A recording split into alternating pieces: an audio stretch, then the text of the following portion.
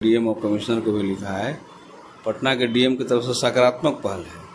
उन्होंने एक कमेटी गठित कर दी है रेवन्यू एडीएम के नेतृत्व में, और 2 दिन में किसानों के साथ एक बैठक होगा, एक राय मशवरा होगा।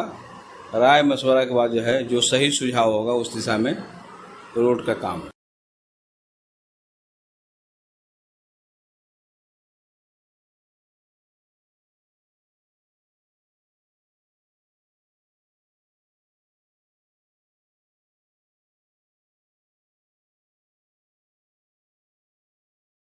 भाकपा माले के विधायक, लोकप्रिय विधायक फुलवाड़ी विधानसभा से गोपाल रविदास जी से हम जानने का प्रयास करेंगे।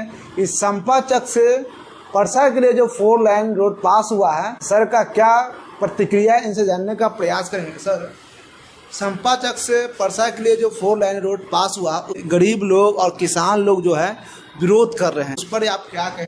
विरोध का पहलू ये है कि संपाचक परसा से संपाचक जो है रोड चौड़ीकरण प्लस जो 4 लेन है। पुरानी जो संपाचक जो रोड है परसा से, तो पहला अलाइनमेंट जो है वो परसा से संपाचक जो वर्तमान जो रोड है उस पर बना था। उस अलाइनमेंट को कुछ प्रभावशाली लोगों के प्रभाव में बदल करके दूसरा अलाइनमेंट बनाया गया है। वो रहीमपुर से छतना तक अलाइनमेंट चेंज कर दी गई है, जिस पर लोगों का विरोध है। पहला अलाइनमेंट पर लगभग 4 बीघा ज़मीन उसमें अधिग्रहित हो रहा है। 4 बीघा ज़मीन के मतलब बहुत कम, तो सरकार के राजस्व भी कम क्षति होगा और किसानों को भी क्षति कम होगा। दूसरा जो अलाइनमेंट बनाई गई है वो उसमें 17 बीघा ज़मीन जा रहा है। 17 बीघा ज़मीन तो किसानों को जा रहा है और उस पर नए रूप से सरकार का खर्च होगा, यानी ज़्यादा खर्च होगा। राजस्व को भी ज़्यादा हानि हो रहा है, किसानों को भी हानि हो है।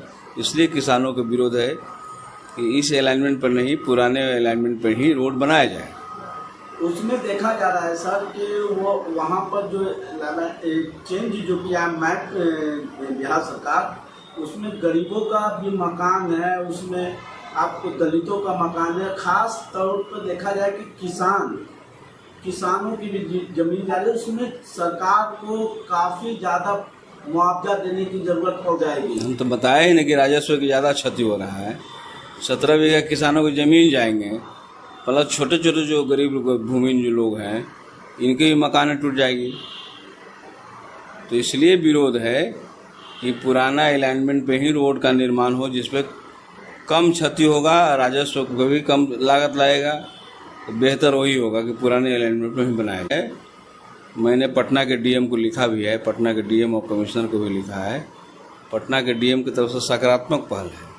उन्होंने एक कमेटी गठित कर दी है रेवन्यू एडीएम के नेतृत्व में, और 2 दिन में किसानों के साथ एक बैठक होगा, एक राय मशवरा होगा। राय मशवरा के बाद जो है जो सही सुझाव होगा उस दिशा में रोड का काम। ये सरकार की दिशा में कोई सकारात्मक पहल नहीं होगा।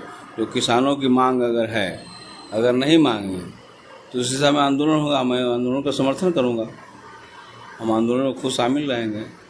किसानों का पक्षकार बनेंगे हम। कुछ लोगों का कहना है, वहाँ के जो किसान हैं, जो मजदूर हैं, उनका कहना है कि जो पहले वाला नक्शा पास हुआ था, ये नक्शा को चेंज कराने वाले नीतीश कुमार जी का जो नाती हैं, अपना मकान बचाने के लिए, अपना ज़मीन बचाने के लिए, अपना अपार्टमेंट को बचाने के लिए नक्शा को चेंज करा दिए हैं। तो नीतीश कुमार के नाती जी पे आरोप लग रहा है, इसको आप कैसे देख रहे हैं? अब चाहे जो भी, हम तो बोल रहे हैं कि कुछ प्रभावशाली लोगों के प्रभाव में बदलाव गया है। आखिर कैसे बदला बताएगा ना, जो जिला के प्रतिनिधि होंगे बताएंगे ना कि 4 बीघा बनाम 17 बीघा, 4 बीघा पहला अलाइनमेंट पर जा रहा है और इसमें कोई क्षति नहीं है, और दूसरे अलाइनमेंट पर ला रहे हैं तो 17 बीघा जमीन जा रहे हैं। किसानों के ज़मीन अधिग्रहित होंगे, साथ साथ जो छोटे छोटे जो गरीब भूमि इनका भी ज़मीनें जाएंगी, तो बड़े पैमाने पर क्षति है ना, इससे तो साफे दिखाई पड़ रहा है। इसलिए क्षतिपूर्ति पर कम किया जाए और पुराने अलाइनमेंट पर ही वो रोड का निर्माण हो तो बेहतर हो। चलिए, हमने सर से जानने का प्रयास किया, गोपाल रविदास विधायक जी से जानने का प्रयास किया। अपने सर अपनी प्रतिक्रिया जरूर दिए हैं, लेकिन लगभग लोगों का जो ज़मीन वहाँ पास किसान का है, जो गरीब का ज़मीन है, वह परेशान है वह रोड पास होने से। जो पहले वाला जो नक्शा पास हुआ था, अगर उस पर बनता तो वह गरीब किसान का ज़मीन बचता और लोगों के लिए ज़्यादा ही बेहतर होता। खैर, हमारी बातचीत पे क्या सोचते हैं, अपनी प्रतिक्रिया जरूर दीजिएगा। जब तक के लिए जय भीम, जय भारत।